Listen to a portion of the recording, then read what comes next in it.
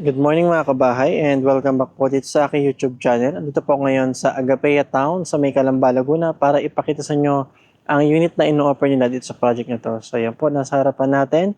By the way, ako nga pala si Chad Ricafort, isa po real estate broker at nanonood po kayo ng aking house tour for Agapea Town's duplex unit.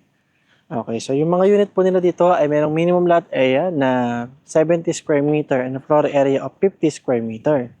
So kung papansin po ninyo, iba-iba yung design ng bawat bahay. So itong bahay to, itong dalawang yan, duplex po yan, and then yung po duplex din po, no? So bawat lot, iba-iba po yung kulay ng unit. So kung gusto niyo ng kulay dilaw na katulad nito, mamimili po tayo, or kung purple katulad nito, mamimili din po tayo.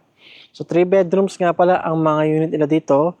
At one toilet and bath, pwede ka mag-park ng dalawang sasakyan.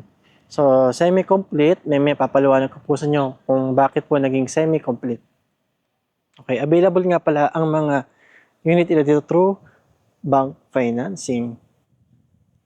Okay, so ito yung kanilang lot area na 70 square meter. Mula po dito sa puting linya na to, hanggang dito po sa dulo ng puting linya, and then diretso po, no? So dito sa side na to, meron kayong 3 meter na setback. So ito yung pinaka-parking niya. And yung isa po yung sa bandang likodan. So magkasunod po, pwede siyang maging parking ng dalawang sasakyan. So itong kulay dilaw, ito yung kanilang dress up model. And ito yung kanilang actual turnover. So dito muna po tayo, no? Pero bago tayo pumasok, ikot muna po tayo. So dito po, same lang naman. Ito yung actual turnover, wala pa pala siyang mga parang bato para dun sa parking katulad nung kanina sa dress up. So dito sa likod, meron ka pa rin pong 2 meter na setback. So I think kasama na ito, no? Nakasementado na rin itong part na to. So dito sa side, kung papansin po ninyo mga awning type, aluminum windows. And then dito po meron kayong sliding door from dining area palabas po dito sa lanay.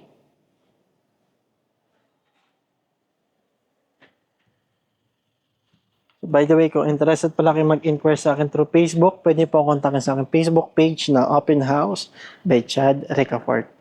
So ito yung kanilang main door. So actual turnover na po, steel door yan. 90 cm ang lapad. And then ito po, naka-tiles na po yung unit kapag tinurn over sa inyo. Okay? So yung tiles na ginamit ay 40 by 40 ceramic. Okay.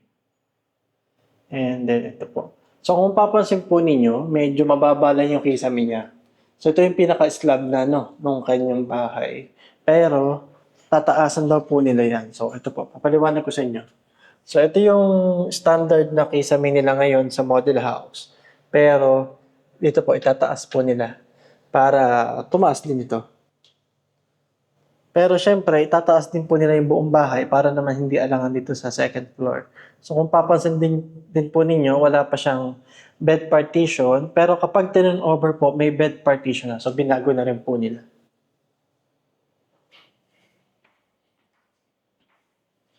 So ito yung kanyang living area. Ito yung kanyang dining area. Ito yung kanyang kitchen area. So dito pwede ka maglagay ng gas range mo dito sa part na to. So ito po, may mga cabinet pa daw po yan kapag turn over po. Ito naman yung nag-iisang toilet and bath dito po sa bahay na to.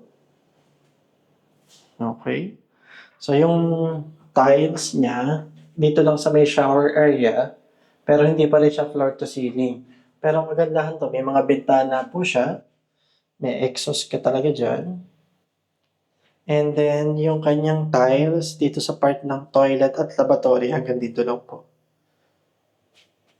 So, ito yung kanyang pintuan ng toilet and bath.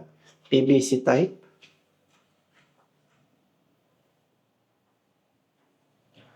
So, ito naman yung hagdan. Okay, so modular, ano pala 'to, sorry. Hindi pala ano. So ito pala ay, tubular pala, tubular na 1 by 1 itong mga 'to. Ito 2 by 2 na tubular. And then yung steps niya ay mga bakal po, no? So mga 3 by 2 na tubular. So kung papansin niyo medyo masikip lang yung hagdan niya. I think baka mga 70 centimeter itong hagdan. 70 centimeter. So medyo makipot. Pag nagsalubong kayo, medyo mahihirapan na kayo.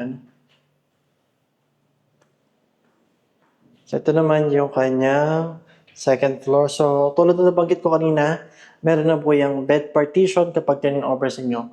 Doon sa dress up, pupuntahan po natin yun para makita nyo kung paano nagkaroon ng 3 bedrooms. Pero yun po, marami siyang bintana. Lahat po ng kwarto niya, may mga butas na for window type aircon. So may kisame na rin po kapag turn-over sa inyo. Medyo mataas ito compare mo dun sa baba. Pero tataasan nga kasi nila yung sa baba. Yan. Medyo naabot ko lang din. Okay, so ang wala lang po dito, yung tiles niya. So ganyan po siya kapag turn over po sa inyo.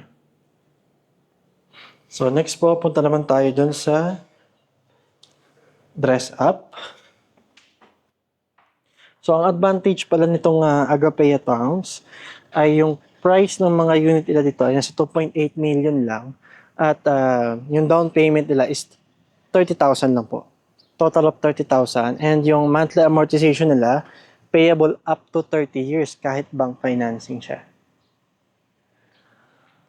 Same lang yung size ng bahay. Okay. So ito yung kanyang living area. Kung papansin nyo, maluwag naman po siya. And ito yung kanyang, dito nilalagay yung TV. So, I think maganda kung kukubera mo tong ilalim ng hagdan para maging additional storage mo. And then, dito mo ilalagay yung TV mo. Kakabit mo na lang siya. Ito naman yung kanyang dining area. So, kung papansin po ninyo, 6-seater dining table. Pero makakaikot ka pa sa palibot po ng dining table. And meron kang, ito nga po yung sliding door. And then dito naman, ito yung kanyang kitchen area. Yung cabinet pala, ganito daw po ang kakabit. Kapag turn over sa inyo yung unit dito. So, ganyan tulad. So, toilet and bath, wala naman pong gaano nagbago. Yung size, same pa rin naman syempre. Pinaganda lang nila. Ginawa nilang floor to ceiling lang yung tiles. Nilagyan na ng glass divider. Pinaltan yung mga lavatory and toilet. Kaya nagmukha siyang maganda. Ay, wait lang. Pakita ko lang pala sa inyo. Yung shower area kung gaano kalaki. So, kung papansin po ninyo, saktong-sakto. Hindi siya masikip, hindi rin maluwag. Pero saktong-sakto yung space dito. Yung shower head, kanina po sa dun sa actual turnover, ito po itsura. So, akit naman tayo sa second floor para makita natin yung itsura ng 3 bedrooms. So, dito po sa hagdan, ginawa lang po nilang, nilagyan po nila ng mga wood planks yung bawat step. Kaya nagmukhang eleganteng tignan. So, ito na po yung 3 bedrooms. Okay. So, unahin natin dito. So, itong first bedroom, ginawa nilang parang family area or office area kasi naglagay sila ng mini table dito. So, maluwag naman. Kahit maglagay ka ng double size bed dyan, maluwag pa rin po yan. May space ka pa rin dito for built-in cabinet. And then, dito naman, second bedroom. Okay. So, single size bed lang yung nilagay nila. I think dito talaga yung pwesto ng ng built-in cabinet. Pero dapat dito nakasandal na sa part na to. So, next naman, ito naman yung kanyang master bedroom. Okay. So, nilagay nila po sa master bedroom nila ay queen size bed. So, dito nila sinandal yung headboard. Ang problema lang, no, kapag doon ka nakahiga sa may part na yon, medyo mahirapan ka nito kasi wala ka ng space talaga dito para nakaharan. And ito na naman po yung space for built-in cabinet. Okay, so yan po ang aming duplex unit dito po sa may Agapea Towns. Sa computation pala ito po, makikita nyo ngayon sa screen ninyo yung kanyang total contract price, reservation fee, down payment, monthly amortization for 30 years at required gross monthly income. Okay, so dito pala, ang amenity nila, meron silang basketball court, clubhouse, wala lang po swimming pool, may playground, may mga parks, and nasa 1,000 units po ang itatayo nila dito na duplex. Okay? So, kung nagustuhan niyo po ang video nito, please paki-share, paki-like at pag-subscribe rin po kayo dito sa aking YouTube channel para ma-notify kayo pag may mga bagong videos. Sa mall pala, I think abutin ka ng mga 10 minutes bago makarating sa pinakamalapit mall. Yung I-Mall. Sa mga school naman, may mga college school po na malapit like Don Bosco, yan, Perpetual. So, yan po yung pinakamalapit na school. Sa mga public school, may mga public school po na malapit for elementary and high school. So, hindi naman po kayo lalayo pa masyado. Okay? So, kung gusto niyo po mag-reserve sa bawat property na in-offer ko, mag-reserve na kayo. Dahil ang property, patagal ng patagal, pamahal ng pamahal, palayo ng palayo. Yun lang po at maraming salamat.